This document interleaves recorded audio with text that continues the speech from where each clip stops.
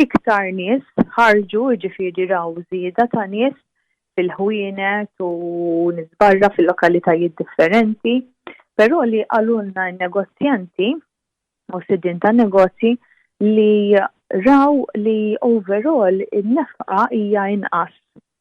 U n-nies li ħarġu għal Black Friday ħafna minnhom ħarġu biex jixtru affarijiet li huma aktar ta' bżonn u they are on a budget. Issa ħaġa tajba li kien hemm li xorta in-negozji raw li il-konsumatur qiegħed jixtri rigali, xorta qed jixtri l-bżonnijiet, xorta qed jixtri affarijiet li jixtieq jixtri, imma bid-differenza li jekk kellu €20 is-soltu budget dar-rigali din is-sena il-budget naqas għal €15. Jiġifieri qegħdin naraw konsumatur li qed ikun iktar qed jonfoq b'mod iktar careful, qed ikun iktar attent kif qed jonfoq imma xorta meta jagħmel l-infiq tiegħu. Ek sostniet il-kap eżekuttiv ta' Chamber of SMEs Abigail Mamo ġurnata wara l-inizjattiva tal-Black Friday, avveniment fejn il-konsumatur jingħata offerti vantaġġjużi kemm il-ħwienet u anke online.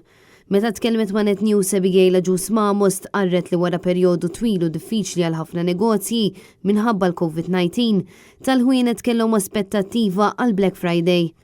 Ġie notat li kien hemm żieda ta' klijenti li ħarġu u marru fil-ħwienet iżda jidher li nefqu inqas. Il-kap eżekuttiv tal-Kamra tal-SMEs tistqar li ħafna sidien ta' negozji li tkellmu magħhom qalu li d-daqqa tal-inflazzjoni u l-għoli tal-ħajja kienet waħda mill-fatturi li kkawżat in-nuqqas ta' nfiq.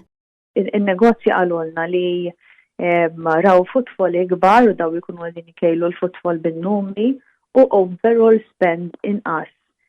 U jaħsbu li l-ikbar kontributur huwa l-inflazzjoni.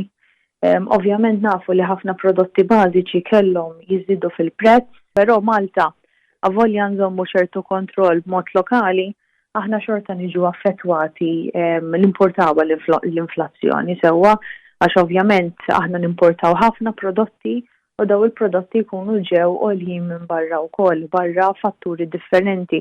Allura wieħed jekk ikun meta jiġi affettwat bil-inflazzjoni u jkollu bżonn iktar flus li jonfoq għal affarijiet essenzjali, ħajkollu inqas spending power. Din is-sena reġgħet kienet ikkonfermata li ħafna persuni f'dan il-jum fitxew gadgets, appliances u apparat elettroniku fejn anke jekk dawn in-negozji jibidlu l-istrateġija biex jagħmlu l-offerti tagħhom disponibbli fuq medda itwal ta' żmien, in-nies xorta waħda għadhom ifittxu l-ġurnata ta' Black Friday b'Novembru juri li se jilħaq l-aspettattivi ta' dawn it-tip ta' negozji.